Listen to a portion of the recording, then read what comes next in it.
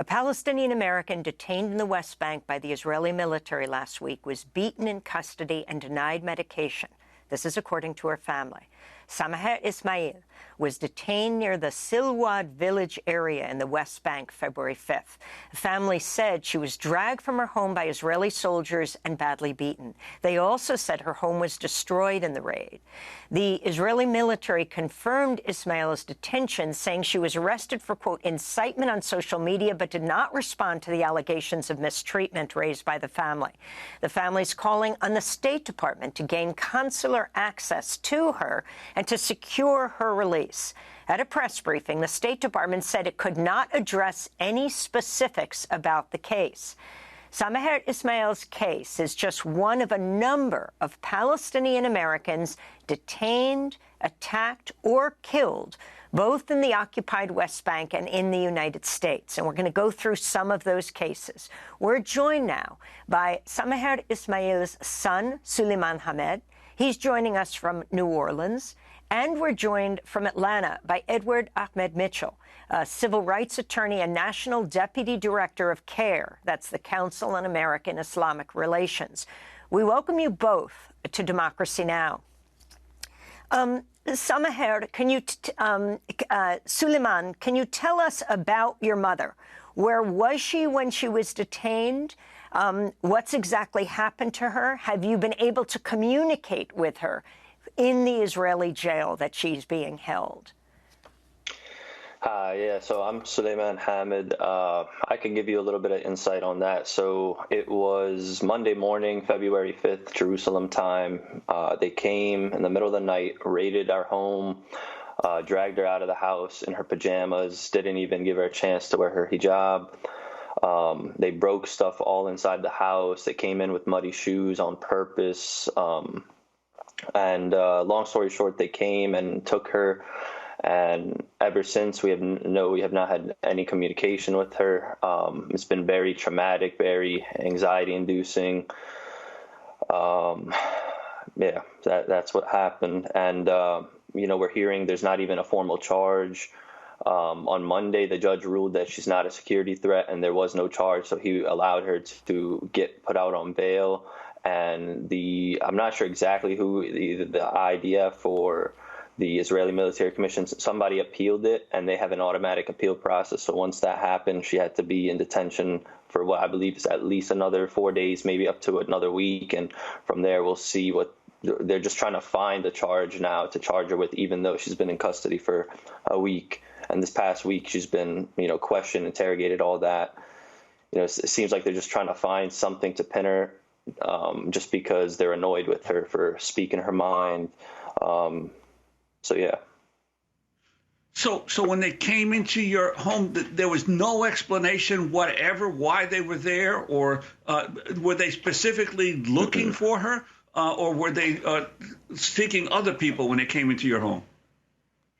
No. I mean, apparently they were looking for her, but we had no knowledge. Like, she would have been fine with coming in, and like if they had something against her, she would have definitely came in and handled the situation. But no, we had no idea she was wanted or they were looking for her. They did come into my village that day, and they took multiple people, all for what it appears to be like social media, just something that they may have liked that they don't like, something just supporting Palestine or so. Well, that's all I know about that. Let's bring in Edward Ahmed Mitchell to talk about Samaher Ismail's case. And then we're going to talk about the other cases. Another young man from your community itself, from Gretna, a Palestinian-American, was just killed by Israeli forces in the occupied West Bank. But first, let's continue with Samaher's arrest. Edward Ahmed Mitchell, you and Suleiman and others held a news conference on Monday in Washington, D.C., demanding the State Department deal with these Palestinian Americans. Can you talk about what they're saying about Samaher Ismail? Thanks for having me, Amy. So look, the Israeli government is completely out of control. They're not only committing a genocide against Palestinians in Gaza, but they are targeting, kidnapping, even killing Palestinian Americans in Gaza and the West Bank. This attack on Samaher is just the latest example of that. And our State Department is, to be frank, not doing enough. They claim they are working behind the scenes to look into the issue. They made general statements about the importance of protecting American citizens abroad. But the reality is they are not publicly condemning or taking any concrete action to hold the Israeli government accountable for abusing American citizens. And if even Palestinian Americans are not safe, you can imagine that Palestinians are not safe at all. And so that's the condition we're in. The State Department is just making general vague statements, that they could say about anything, boilerplate statements, but they're not using any concrete action to protect American citizens who are being attacked by the Israeli government. We're going to break and then come back to this discussion and talk about a young man from Gretna, Louisiana, just like Samaher Ismail is from Gretna, Louisiana. But this teen was killed. We're talking to Edward Ahmed Mitchell, civil rights attorney and national deputy director of CAIR, the Council on American Islamic Relations. And we're speaking with Samaher's son, Suleiman Hamed. Stay with us.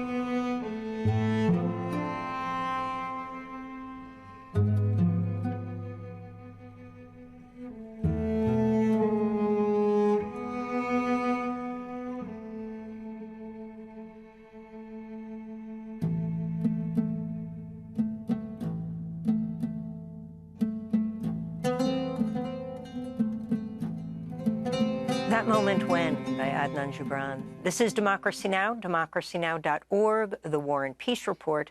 I'm Amy Goodman with Juan Gonzalez. The family of...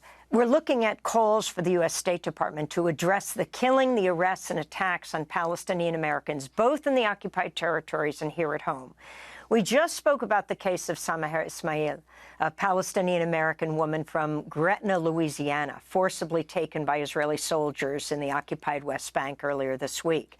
Meanwhile, the family of two Palestinian-American brothers say the pair, their Canadian father and three other relatives, have been detained after an Israeli raid on their home in Gaza. The brothers, Barak and Hashem Lagha, are aged 18 and 20. National Security spokesperson John Kirby said the U.S. will talk to Israel about the detention of the brothers as well as Samaher Ismail. We also learned about the stabbing in Texas, the Sunday stabbing in Austin of 23-year-old Palestinian-American Zachariah Dor, which is being called a hate crime. For more, we continue with Edward Ahmed Mitchell, civil rights attorney and national deputy director of CAIR, the Council on American Islamic Relations, and Suleiman Hamed, Samaher Ismail's son. If you can talk about this arrest, killing, and detention and attacks on Palestinian Americans and what the State Department is saying in each case. We've also learned about the killing of two Palestinian American teens, one in Beloux. The State Department is just saying they're looking into this, as well as another young man from Gretna. Amy, sadly, you have described what the State Department is saying, and it's what they say every time this happens. We're looking into it. We care about American citizens abroad, and that's about all you get from them. No condemnations of the Israeli government, no concrete action, nothing. And so whether it's the shooting of the young man from New Orleans who was shot in the head while driving in a car with his family, whether it's the kidnapping of the two Palestinian-Americans from Gaza, one of them already had a broken leg and whose home had been destroyed twice by Israeli bombing, you don't get much from the State Department other than we're looking into it and we care about the safety of American citizens abroad. What they need to be doing is very clearly and explicitly condemning the Israeli government for attacking not only American citizens who are in Palestine, but also Palestinians in general. And as long as the Israeli government feels that the American government will not hold them accountable for even targeting American citizens, then of course they're going to target everyone without any sort of with impunity. Sadly, and that's what we're seeing happen. I wanted to ask Suleiman, the efforts by all the attention so far in world press coverage has been on Gaza for the most part, not on what is happening to Palestinians in the West Bank. You mentioned that when your mother was taken, was arrested, there were others in your same town that were arrested by the IDF. Can you talk about what life is like for those living in the West Bank today? Yeah, of course. It's filled with just humiliation, harassment by Israeli forces. They come in. They could come in the middle of the night and take your little boy, take your little girl, take your mom, take your dad. They have no respect for us. They have said on record multiple times that they see us as animals, and that's how it feels. Like we're second class, even third class citizens to them. And like you said, like this was all in the West Bank. This isn't a war zone. There's no Hamas. There's nothing like that over there. So it's just, again, they treat us poorly. And I want to actually add something because I forgot to mention this, but, you know, about my mom's condition, her lawyer had said that she had been beaten in prison. She witnessed and wrote an official statement that we got to the U.S. Embassy that said that she had bruises, black and blue, all over her body, specifically on her hands and back. She was shaking from lack of, like, I guess, medication and the abuse she's received. They've had her medication for over 7 days now. Now it's like day 9, and they still have yet to administer it. You know, they're just cruel. They're cruel, and, you know, it's not a way to treat a person, first of all, and not a way to treat a U.S. citizen. And I want to see the embassy, you know, speak up about that and go see my mom. I want to go to State Department spokesperson Matthew Miller addressing reporters on Tuesday. When we see reports of U.S. citizens that have been detained, have been arrested, that have been killed, have been in any way potentially mistreated, we first gather information. If it's appropriate, we ask for a full investigation. If that investigation shows that there ought to be accountability, we call for accountability measures. I will also state that when it comes to activity in Israel, the United States has shown that it is willing to impose its own accountability measures when we think it's appropriate. So that's Matthew Miller. And I want to address this to the lawyer, looking also at the case of Taufik Abdel-Jabbar, the 17-year-old Palestinian-American shot and killed in the occupied West Bank last week. Taufik was born again in Gretna, Louisiana, across the river from New Orleans. He and his family returned frequently to their ancestral home in the village of Al-Mazrah, Al-Sharqiyah in the occupied West Bank. On January 19, Taufik and a friend were driving in a pickup truck on a dirt road near the village when they came under fire from at least 10 shots hitting the truck. One of the bullets struck Taufik in the head. The car skidded off the road, flipped several times before coming to a stop. He was pronounced dead when he was brought to the hospital in Ramallah. Israeli police didn't identify who fired the shots, but described the incident as, quote, ostensibly involving an off-duty law enforcement officer, a soldier, and a civilian.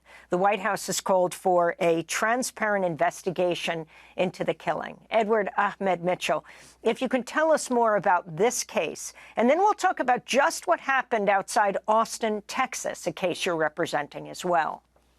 Right. So it's been almost a month since that young man was shot in the head and killed. Has the State Department done anything more? Has the Israeli government announced charges against those responsible? No, because they're not going to do it. You don't ask the abuser to investigate himself. What the State Department is doing is releasing boilerplate statements after these incidents occur, and then nothing happens. And you know this because you can go back even further. We all remember the assassination of Shireen Abu Akleh, a few years ago. Has anyone been charged with killing her? Has the Israeli government held anyone accountable? No. In fact, the Israeli government has said they're not going to charge anyone with killing her, even though it was a sniper who did it. She was wearing a press vest, and even the people who tried to save her were then shot at. The Israeli government is not going to hold itself accountable. Only the American government can do that, but the American government is refusing to do so. And so whether it's, again, the young man who was shot in the head, the two people who are kidnapped in Gaza, or Samahar who was kidnapped in the West Bank, you see the same pattern over and over and over again. The State Department says something very basic and generic, and then they don't do anything about it, and they wait for the story to fade away. And that sends the message to Israel: you can do whatever you want, even to American citizens, and no one will hold you accountable. And how significant is it that the Austin police have declared a hate crime of the attack on Zachariah Dorr and his friends in Austin? Explain what happened. You are involved with this case, Edward? Yeah, so this is a case we've been helping with. So on February 4th, there was a pro-ceasefire protest held in Austin. After this event, Zachariah and three of his friends were traveling home in a car. They had the Kafia flag hanging out of their car with Free Palestine written on it. They had other signs of Palestine on the car. When they got to a stop sign, a man named Brent Baker approached their car, attempted to rip the flag off the car, and then attacked them, opened the back door, pulled Zachariah out of the car. A fight ensued. His three friends jumped out and tried to help him. They subdued the guy, the attacker, and then he pulled out a knife, and Zachariah actually jumped in the way of one of his friends and saved them, but was stabbed in the process. So the police department relatively quickly confirmed what we knew and what we'd said and what we asked them to say, which is that it was a hate crime. And this is just the latest example of an anti-Palestinian or anti-Muslim hate crime in the United States. We all know about the 6-year-old boy Wadia, who was stabbed and killed outside of Chicago back in October by his anti-Muslim landlord. We know about the shooting of 3 Palestinian college kids in Burlington, Vermont, who were, again, wearing the keffiyeh out in public and just shot on the street. This is happening again and again because, Amy, there's not only a war happening against Palestinians in Gaza, there is a war happening against Palestinian-Americans, a war on their right to free speech, a war on their culture, and that is designed to silence them. And you can't weaponize anti-Muslim bigotry and anti-Palestinian racism against people in Gaza without it having blowback here in America on people right here at home. And that's what we've been seeing over the past 4 months. Suleiman, your final comment as we wrap up this segment, if you can talk about your mother. Yeah, sure. My mom, I mean, she's the sweetest lady. Everybody knows her in our community. She's a teacher. She was a teacher, a businesswoman, a mother of 4. She raised us with good morals. She raised us to be good kids, professionals. Again, just the sweetest woman, a helper. She just, again, she expresses her opinion, and sometimes she demands justice, and you know, I applaud her for that. She's my hero for that. I don't think it's anything for her to be imprisoned about. Well, so, Suleiman Hamed, we want to thank you for being with us. We'll continue to follow your mother's case. And Edward Ahmed Mitchell, civil rights attorney and national deputy director of CAIR, the Council on American Islamic Relations.